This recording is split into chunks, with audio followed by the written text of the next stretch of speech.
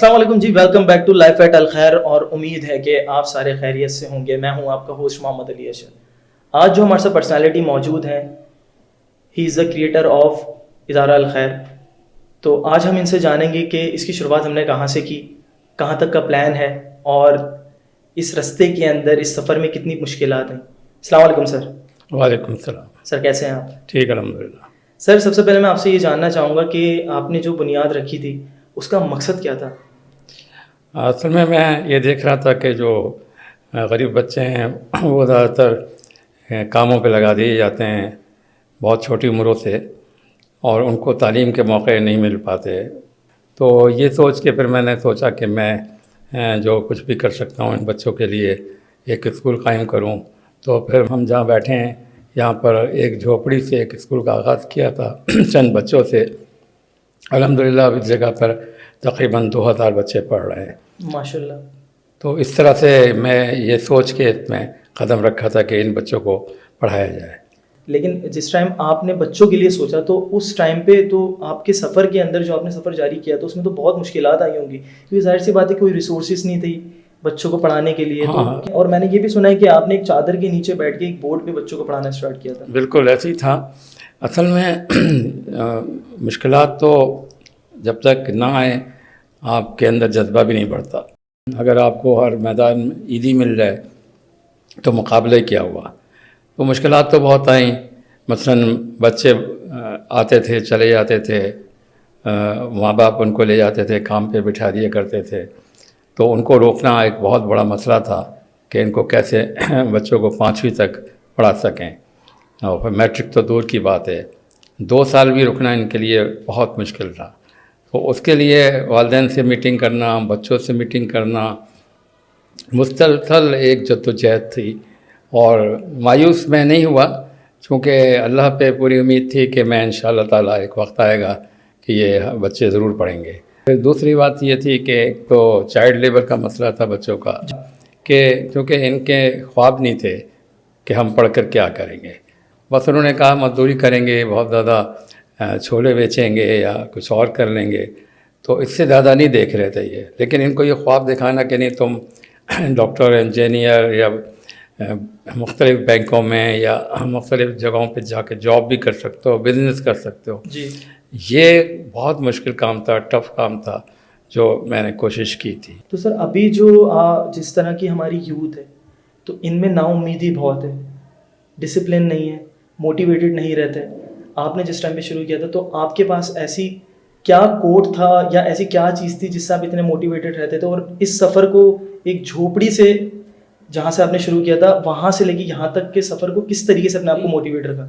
नाकामी को मैंने नहीं देखा। नाकामियाँ आ रही थी, मैं उसको कतई तौर पे कंसीडर किया ही नहीं नाकामी को। मैं आगे बढ़ता रहा। और अगर मैं उस वक्त सोचता कि ये नाकामियाँ आ रही हैं, मैं काम छोड़ दूँ, अब ये नहीं हो सकेगा, तो ज़ाहिर है आज हम इस जगह ना होते कि 8 स्कूल हैं अल्हम्दुलिल्लाह, माशाल्लाह। और कॉलेज भी है, और सैकड़ों बच्चे यूनिवर्सिटी में पढ़ रहे हैं। और सर माशाल्लाह मैंने सुना है कि अभी आप लोग जो है हॉस्पिटल्स के भी बड़े प्लान हैं और इंशाल्लाह आपके हाँ फ्यूचर के अंदर कुछ ऐसे हाँ, प्लान हैं जो कि हॉस्पिटल में हमारे पास अपॉर्चुनिटीज़ नहीं है इस मुल्क के 2-2.5 अंदर। साल पहले हॉस्पिटल भी हमने शुरू किया। जी। अल्हम्दुलिल्लाह वो भी काफ़ी कामयाब है इस वक्त। तो बहरहाल हमारा एजुकेशन का जो डिपार्टमेंट है, इसमें हमारी कोशिश ये है कि हम मज़ीद स्कूल खोलें और जितने भी कच्ची आबादियों में बच्चे स्कूल से तालीम से महरूम हैं जी। उनको तालीम दें। अच्छा सर, आपको ऐसा लगता है जिस एज में अभी आप हैं, हमारी जो आज की यूथ है जब आपकी एज में आएगी तो इतना मोटिवेटेड रहेगी और उस टाइम पे इतना काम कर पाएगी, क्योंकि आप आज इस सिचुएशन में भी डेली जो है अपने इदारे को टाइम देते हैं? हाँ, मेरी उम्मीद तो है कि अल्लाह की ज़ात से कि अल्लाह मियाँ ऐसे लोग यहाँ पे इंशाल्लाह ज़रूर, मेरा इखलास तो है। हाँ, इसलिए ज़रूर यहाँ लोग ऐसे होंगे जो मेरे बाद इस अदारे को इंशाल्लाह ताला अच्छी तरह चलाएँगे। तो सर आपको तो बहुत खुशी होती होगी जिस टाइम पे बच्चे यहाँ पर आए थे जो कि झोपड़ियों से झुग्गियों से आते थे यहाँ पढ़ने के लिए, और माशाल्लाह जब वो आपके पास आते तो कैसा लगता है आपको? हाँ, ज़ाहिर है बहुत अच्छा महसूस करता हूँ, क्योंकि ये एक बड़ा इनकलाब है, तब्दीली है, और सोसाइटी को उसकी ज़रूरत है। जी। क्योंकि असल में गरीब बच्चे का मुस्तक़बिल वही समझा जाता रहा कि भाई ये तो वही करेगा जो उसका बाप करता है। हालांकि बिल्कुल एजुकेशन देने के बाद उसका तकदीर मुक़द्दर बदला जा सकता है। जी। तो हमने ये काम किया, तालीम देने के बाद फ़र्क आया, यानी सोसाइटी में, इनके इलाक़ों में, इनके मोहल्लों में, इनके घरों में, इनके जहनों में बहुत फ़र्क आया है। तो मैं समझता हूँ कि तालीम से ही फ़र्क आएगा, बाकी कोई आपके पास रास्ता नहीं है। ठीक हो गया। अच्छा सर, मुझे दादू का कोई किस्सा याद आता है कि इदारे का और दादू का क्या ऐसा रिलेशन है? मेरी पैदाइश दादू में हुई थी, जी। और दादू में जब कोई मसले होते हैं, मसलन जैसे अभी सैलाब आया, जी। 2012 में सैलाब जी। आया, तो हमने वहाँ पर काम किया, जी। मसलन राशन का या घर भी बना के दिया आप लोगों ने लोगों मकान को? बनाया। अभी 100 मकान बन रहे हैं वहाँ। और मैंने ये देखा भी और सुना भी कि आपके जो टीचर्स हैं, स्टूडेंट्स हैं, सब ने जान मार दी थी कि वहाँ जी। तक हमने राशन पहुँचाना है। हाँ, बस ये कि अल्लाह ने हमें हिम्मत दी, वहाँ भी पहुँचे, जी। तो वहाँ भी काम किया, और अभी भी कर रहे हैं वहाँ दादू में। अच्छा सर, मैंने एक चीज़ जो है माशाल्लाह नोट भी की है, देखी भी, कि हमारे जो स्टूडेंट हैं वो पढ़ाई के साथ साथ उनको हर चीज़ यहाँ प्रोवाइड की जाती है, कि वो बच्चे दोपहर का खाना भी यहीं खाते हैं, उनको किसी चीज़ की कमी नहीं दी जाती। मतलब आप किस तरीके से लोगों तक बताएंगे, उनकी सोचों में डालेंगे कि हम एक्सट्रीम लेवल की एक तालीम दे रहे हैं? हम ये चाहते हैं कि जो हम 13 साल मोंटेसरी से मैट्रिक तक और 2 साल इंटर के 15 साल जी। बच्चे को इस तरह तैयार करें कि अगर वो किसी भी कंपटीशन के एग्जामिनेशन में बैठता है तो पास हो सके। तो उसी हिसाब से हमने सिलेबस बनाया हुआ है, उसी हिसाब से हम टीचर्स ट्रेनिंग कराते हैं। और बड़ी खुशी है कि हमारे बच्चे यानी हर यूनिवर्सिटी में पढ़ रहे हैं, NLD में, डाउ में, सिंध मेडिकल में। और उसकी वजह से भी है कि उनकी तैयारी यहाँ से होके जाती है। माशाल्लाह। तो ये एक तो ये वजह है। दूसरा जो खाने का है, तो हम ये चाहते हैं कि किचन हमारे पास मौजूद है 38 साल से। माशाल्लाह। तो अब जो भी वहाँ बच्चा हमें भेजता है कि भाई ये वालिदैन के बच्चा हमारा खाना खाना चाहता है, तो उसके लिए किचन खुला हुआ है, खाए बेशक। तो सबके लिए खाना है। 5 स्कूलों में जो है हमारा रेगुलर खाना जाता है। अच्छा, बच्चों का हमारे ये होता है कि उन्हें बनना कुछ और होता है, और जब वो स्कूल जाते हैं उनका माइंडसेट जो होता है वो चेंज होता है पूरा। अच्छा, ये जो माइंडसेट होता है ये स्कूल बनाता है या उधर का जो माहौल होता है बच्चों का वो बनाता है? नहीं, स्कूल में हम लोग कोशिश करते हैं कि जो हम उसको पढ़ा रहे हैं उस हिसाब से वो सोचे भी उसने करना क्या है। ठीक। तो वो अगर वो ख़ुद फैसला करते हैं तो ज़्यादा बेहतर है। अब एक बच्चा है, उसने पढ़ने के बाद खान में थोड़े दिन जॉब की थी उसने, जी। लेकिन अब उसने अपना बिजनेस शुरू किया। सर, बहुत सारे मतलब हमारे लोग ऐसे भी हैं जिनको पता ही नहीं है कि इदारा अल खैर, लाइफेट अल खैर क्या है, क्योंकि बच्चे चाहते हैं पढ़ना, पेरेंट्स चाहते हैं पढ़वाना, लेकिन वो फीसेस अफोर्ड नहीं कर पाते। लेकिन वो लोग कैसे पहुँचे यहाँ तक? उसमें अब ये हो गया है कि जो बच्चे यहाँ पे तकरीबन कोई 8-10 जो गोट हैं करीब में, वहाँ से आ रहे हैं। तो अब हर गोट के अंदर ये ख़बर है कि अल खैर स्कूल एक है जहाँ पर फ्री एजुकेशन है और मैट्रिक तक तालीम है। तो जब दाखिले खुलते हैं तो पूरे नई कराची के और नॉर्थ कराची के जितने भी गोट हैं करीब में सब बच्चे आते हैं। तो बच्चे तो आ रहे हैं, बच्चे तो इतने आ रहे हैं कि अगर ये बिल्डिंग जो आप देखिए, अगर ऐसे 10 भी हो जाएं तो वो भी कम पड़ जाए। क्या होता है? अच्छा सर, मुझे कचरा कुंडी से एक मतलब किस्सा आपका याद है कि आप जब पढ़ाने जाते थे तो कचरे का जो धुआं उठ रहा होता था, वो क्या स्टोरी? हाँ, सर्दियों में असल में ये होता था कि जो ओस पड़ती थी और धुआं मिल के, तो फिर वो बिल्कुल मतलब जम जाता था। 1 किलोमीटर दूर गाड़ी खड़ी करके अंदाजे से हाथ रख के ज़मीन पर, और फिर मैं स्कूल के अंदर पहुंचता था। सिर्फ इसलिए करता था कि अगर मैं नहीं करूंगा तो टीचर जो है हौसला हार जाएंगे। तो इसलिए मैंने ये हिम्मत की, मैं मुसलसल वहाँ जाता रहा टीचर्स को लेकर। और पहले मैं खुद जाता था, लेकिन जब वो धुआं ख़त्म हो जाता था तो फिर मैं टीचर्स को गाड़ी भेज के बुलवाता था। तो ये मैंने बहुत सख्त वक्त देखा कचरा कुंडी का भी, जब वो स्कूल खोला था। वरना वो आज स्कूल नहीं होता, अगर मैं ना जाता वो स्कूल नहीं होता। अच्छा सर, हमारे जो कचरा कुंडी की तरफ आपने अभी कैंपसेस पे काम किया है, तो वो टोटल कितने कैंपसेस हैं उसके बारे में मैं आपसे जानना चाहूँगा। असल में कचरा कुंडी के जो बच्चे हैं ना, वो अपने इलाके के अलावा कहीं जाके नहीं पढ़ते, चाहे उनको कितनी सहूलत देते हैं आप जी, क्योंकि वो एक अपने ही झोपड़ियों के पास स्कूल जो बना हुआ है वो वहीं पढ़ते हैं। अब हमने उसके करीब एक स्कूल खोला था 2 एकड़ पर, जी। तो हमारा कैंपस 3 है वो, तो उसमें कोई 6 देहातों के बच्चे आते हैं, कोई 700 बच्चे पढ़ते हैं। माशाल्लाह। तो एक तो वो है कचरा कुंडी के करीब, वहाँ भी धुआं आता है, आज तक वहाँ पे है? अच्छा का धुआं, मक्खियाँ वहाँ भी आती हैं। फिर एक उसके पास एक और स्कूल लड़कियों के लिए गर्ल्स स्कूल खोला है। अच्छा सर, अब हम थोड़ा सा आपके बचपन में आ जाते हैं। तो दादू में बचपन आपका गुजरा, तो उसके बारे में मैं आपसे जानना चाहूँगा कि किस तरीके से गुजरा, और मतलब यहाँ तक कराची तक आप कैसे आए, कब आए? असल में दादू में जब मैं छोटा था तो दादू ज़ाहिर एक देहात था, अब तो शहर हो गया है। जी। तो उस वक्त मेरे आसपास जो लोग रहते थे सारे गरीब थे, और मैं उनकी उस हालत को महसूस करता था कि इनकी हालत जो है बहुत मुझे बड़ा अफसोस होता था कि ये इस हालत में कैसे जी रहे हैं। तो फिर मैं बचपन से ही उन लोगों की मदद के लिए करता था कोशिश।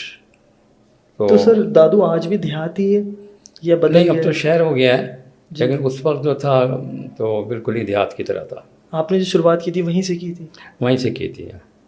तो तो सर आप उनकी अकेले, बिल्कुल अकेले थे? अकेला था, माली मदद करना, उनके घर से सामान है खाने पीने का वो ले जाके देना लोगों को। और सर आप अपने एक्सपेंस कैसे चलाते थे, और ज़ाहिर सी बात है दूसरों की भी मदद कर रहे हैं, क्योंकि आप बस फीस तो लेते नहीं थे? वो ये होता था कि मैं जो मुझे पॉकेट मनी मिलती थी जी। उस ज़माने में, उससे मैं अपना भी गुजारा करता था। और कुछ ये था कि कुछ घर जिस होटल अब्बा का होटल था जी। वहाँ से भी कुछ ले लिया करता था, अच्छा। अब्बा के होटल से। तो वो तकरीबन उस ज़माने में 5 रुपये बहुत बड़ी रकम होती थी, जी। क्योंकि 3.5 रुपये की सीमेंट की बोरी थी। अच्छा। तो ये समझ लें कि उस ज़माने में किसी शख्स को मैंने 600 रुपये दिए थे।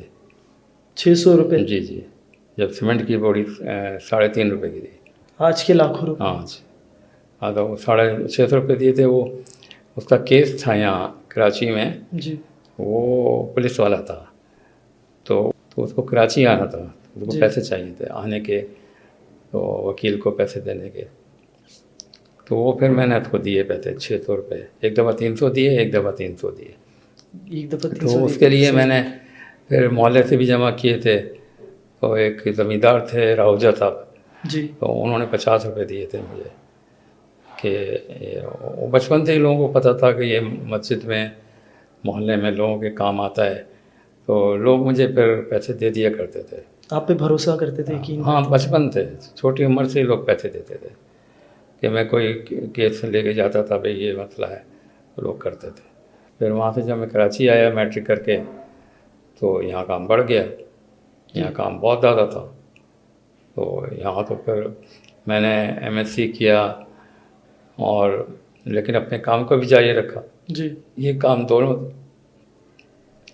फिर उसके बाद ये स्कूल खुल गया, तो अभी तक ये काम, इस काम में जुटा हुआ हूँ, काम तो चल रहा है। सर आपने अपनी स्कूलिंग वहीं दादू से शुरू कर दी थी? स्कूल, हाँ, तो वहाँ पे उस टाइम पे स्कूल्स कैसे हुआ करते थे, क्योंकि ज़ाहिर सी बात स्कूल है गवर्नमेंट स्कूल थे। गवर्नमेंट, आपने भी गवर्नमेंट स्कूल से ही हाँ, पढ़ा? उस ज़माने में तो प्राइवेट नहीं थे ना, जी। गवर्नमेंट स्कूल अच्छे होते थे।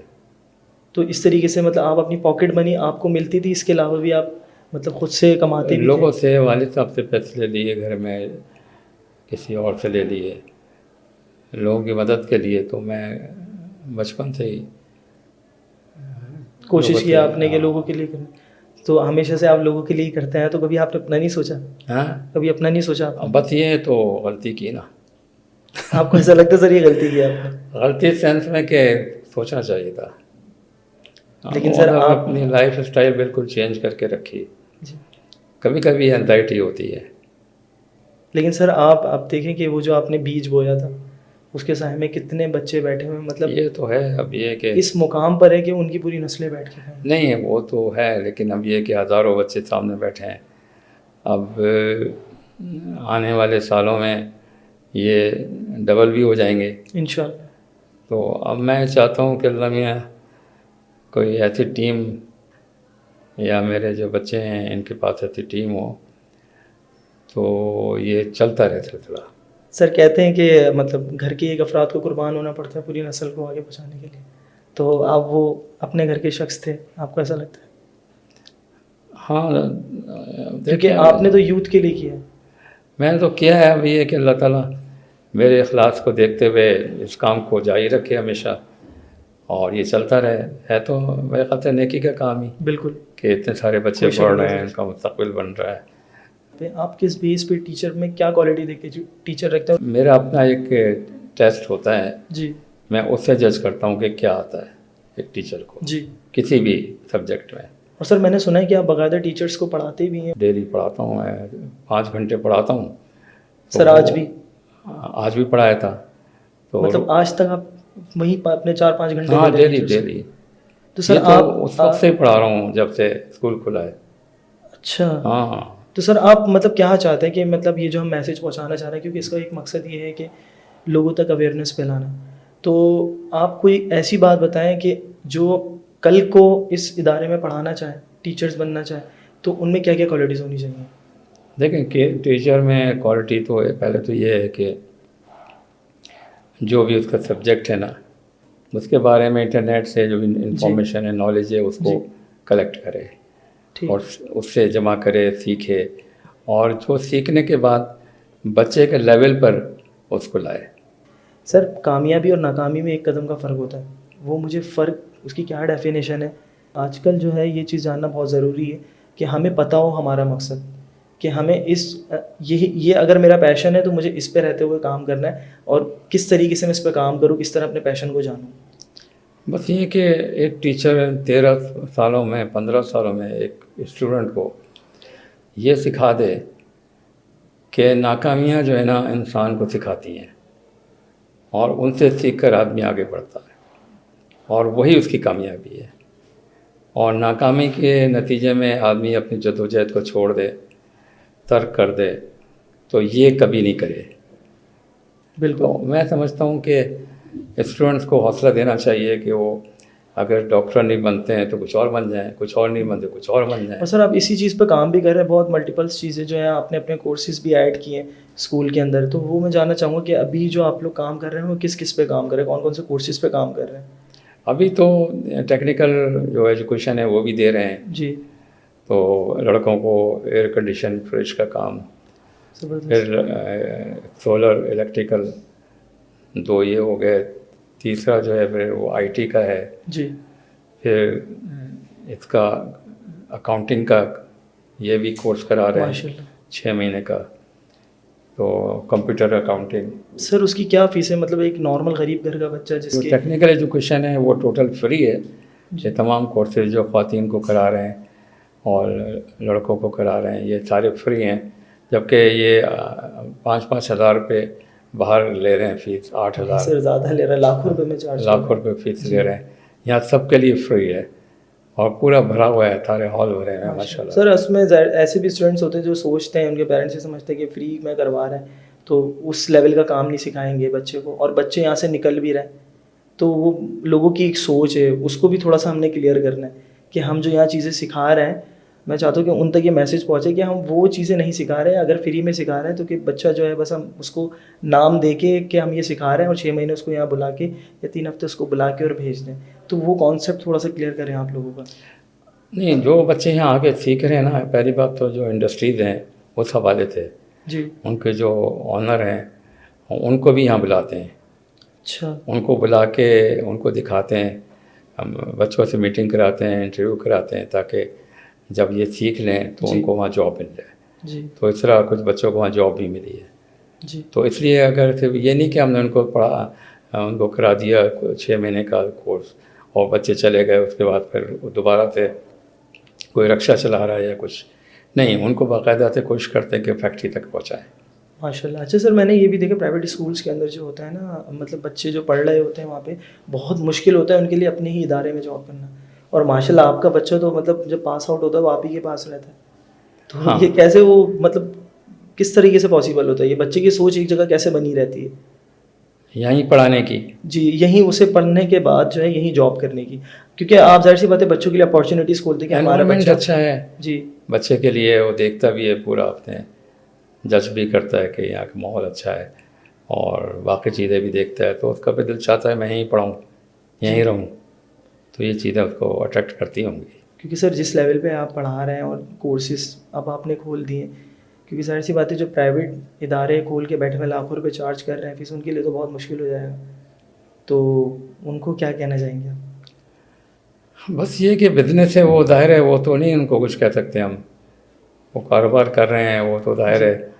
अभी मुझे एक साहब ने बताया था उनके बच्चे की फ़ीस थी, हालांकि एक बहुत बड़ी फाउंडेशन है, तो उसके यहाँ 10,000 रुपये फ़ीस है बच्चे की। तो कह रहे हैं 1 महीने की फ़ीस नहीं दी, तो कह रहे हैं मैं जब वहाँ गया तो बच्चे बाहर धूप में खड़े हुए थे कि फ़ीस दो पहले, वरना क्लास में नहीं जा सकते। तो मतलब सर हालांकि ये हब पर एक बहुत बड़ी फाउंडेशन है, जी मशहूर है, और उनका बहुत तकिए कलाम ये था कि मैंने खिदमत करनी है। लेकिन जब उन फाउंडेशन का भी ये हाल है जी कि जो खिदमत के लिए आए थे और फिर उसके बाद वो कोई खिदमत नहीं कर रहे, तो असल में खिदमत बहुत मुश्किल है काम। सर ये यहाँ पे सिर्फ गरीब बच्चे आ रहे हैं, अभी तक लोगों की सोच है कि सिर्फ गरीब बच्चे आ रहे हैं। तो जो मिडिल क्लास फैमिलीज़ हैं या अमीर लोग हैं जो अफोर्ड कर सकते हैं, क्या उनका बच्चा भी जब यहाँ आके पढ़ता है? नहीं, यहाँ अमीरों का बच्चा आता ही नहीं है। क्या अमीरों का वजह बच्चा क्या है सर उसके पीछे? नहीं, उसके वालिदैन जो है यहाँ लाते ही नहीं है, ना बच्चा यहाँ एडमिशन लेना चाहता। पढ़ाई में फ़र्क की वजह से सर? नहीं, वो कॉम्प्लेक्स है बहुत, कि यहाँ मैं आऊँगा तो ये एक ऐसा स्कूल है, खैराती स्कूल है, जी तो वो कभी भी नहीं आता। यहाँ पे बच्चे वही आते हैं जो कि क्या और नाम सर है, मिडिल क्लास जो हमारा तबका, मिडिल क्लास का भी नहीं आता। यानी हम सिर्फ उनके लिए काम कर रहे हैं जो झुग्गियों में और झोपड़ियों में हाँ, रहते हैं, बिल्कुल वही है, गोट वही आ तक सकते हैं, प्लान बाकी जो तो गोट में बैठे हुए हैं। हाँ वही आते हैं, बाकी नहीं आते। अच्छा सर वो एक किस्सा भी था कि आपको लेके चले गए थे गाड़ी में, फिर लाके वापस छोड़ दिया था। हाँ, वो काफ़ी पहले की बात है कि पता नहीं कौन लोग थे, वो आए थे और मेरा पूछ रहे थे, तो मैं गया नहीं। फिर मैंने कहा पता नहीं कौन लोग हैं, तो वाइफ चली गई थी, बच्चा गोद में था। तो जब वो चली गई वहाँ, तो फिर मुझे थोड़ी तशवीश हुई, तो मैं चला गया। तो जब मैं गया तो उन्होंने मुझसे कहा कि आप कौन हैं, तो मैंने कहा मैं यहाँ का ऑनर हूँ। तो फिर वो कह रहे हैं ठीक है आप आ जाएं। तो फिर मुझे कहना है आप आ जाएं, तो मैं जाने लगा उनके साथ। तो वो जाहिर है मुझे जानते तो थे नहीं, जी तो वो आगे जाकर जो गेट है मैदान का, वहाँ तक मुझे लेकर गए वहाँ तक। तो रास्ते में मैंने उनको बातचीत की, मैं उनको समझाया कि जो भी लोगों ने भेजा है या जिस मकसद के लिए भी, मैं वो आदमी नहीं हूँ, जी और मैं एक मकसद के लिए यहाँ मुझे अगर फ़र्ज़ करें आप मार भी देते हैं तो क्या आपको मिलेगा? आप ये कर लें कि मुझे अपने पास रख लें, स्कूल जैसे मैं आता ही नहीं, जी स्कूल छोड़ देता हूँ मैं, अपने पास रख लें, मैं आपको पढ़ा लूँगा, मेरा मकसद तो पढ़ाना है। क्या बात है। आप जैसे जितने बच्चे हैं जी 10-12, छोटे ही थे वो, 19 साल 18 साल के। अच्छा, मतलब वो भी 18-19 साल के लड़के थे। हाँ, तो मैंने कहा जो भी हैं लड़के 10, 20, 100, 150, मतलब मैं वहाँ आपको पढ़ाता रहूँगा, पूरी ज़िंदगी वहाँ गुजार दूँगा, यहाँ नहीं आऊँगा, ये कर लें आप। बस ये सुनने के बाद वो उनमें फिर एक लड़के ने मुझे छोड़ दिया, कन जाए आप, वरना अल्लाह नाम क्या इरादा था उनका। फिर नहीं आया कोई, उसके बाद कभी कोई नहीं आया? नहीं, अब पता नहीं क्या वजह थी, कौन थे, क्यों आए थे। लेकिन उसके बाद भी फिर एक थ्रेट आई थी रिटर्न में, सुबह ही सुबह चौकीदार को 7 बजे लेटर दे गया था बंदा कि ये पहुंचा देना। उसमें था कि आपके स्कूल जो है ना कल से ये बंद हो जाना चाहिए। बोला ना क्यों, ये लोग कौन थे, क्यों कर रहे थे। तो फिर हमने वो रेस्पॉन्स नहीं दिया, हम आते रहे, पढ़ाते रहे। सर एक आखिरी बात जान के इस पॉडकास्ट को मैं क्लोज करूँगा। अल्हम्दुलिल्लाह अब जो है हमारे पास ऐसा कोई थ्रेट, इस तरीके की कोई चीज़, ब्लैकमेलिंग, ऐसे कोई केसेस आते हैं नहीं? नहीं, अब तो क्योंकि जो इलाके के करने वाले लोग हैं, जो इलाके के जिनको हम बुरा भी कहते थे, जी वो भी हमारे फेवर में हमसे बात करते हैं कि भाई कोई काम हो तो बताइए, हम आपके साथ हैं। क्योंकि उनके भी बच्चे पढ़ रहे हैं, जी। अब 2000 बच्चे यहाँ पढ़ रहे हैं, ज़ाहिर है लोग हमारे साथ ही हैं ना, तो अब तो कोई ऐसी बात नहीं है, अल्हम्दुलिल्लाह। सर जाते जाते आप एक क्या मैसेज देना चाहेंगे यूथ को? बस मैसेज यही है कि अगर हमें तकदीर बदलनी है किसी माशरे की, तो सिवाय तालीम देने के अलावा कोई रास्ता नहीं है। और यही वो रास्ता है जो कि दुनिया के हर माशरों ने अपनाया था और वो माशरे तब्दील हुए। हम बेशक खाना खिलाते रहें, हॉस्पिटल खोलते रहें, राशन बांटते रहें, कपड़े बांटते रहें, कुछ नहीं होना। तालीम दे दें एक दफ़ा बस, पूरी कौम को 20 साल लग कर कौम बदल जाएगी इंशाअल्लाह। क्या बात है सर, बहुत बहुत शुक्रिया Thank कि you. आज आप यहाँ पे हमारे पॉडकास्ट में तशरीफ़ लेकर आए, और मैं आपका बहुत शुक्रगुजार हूँ। Thank you so much. Thank you so much.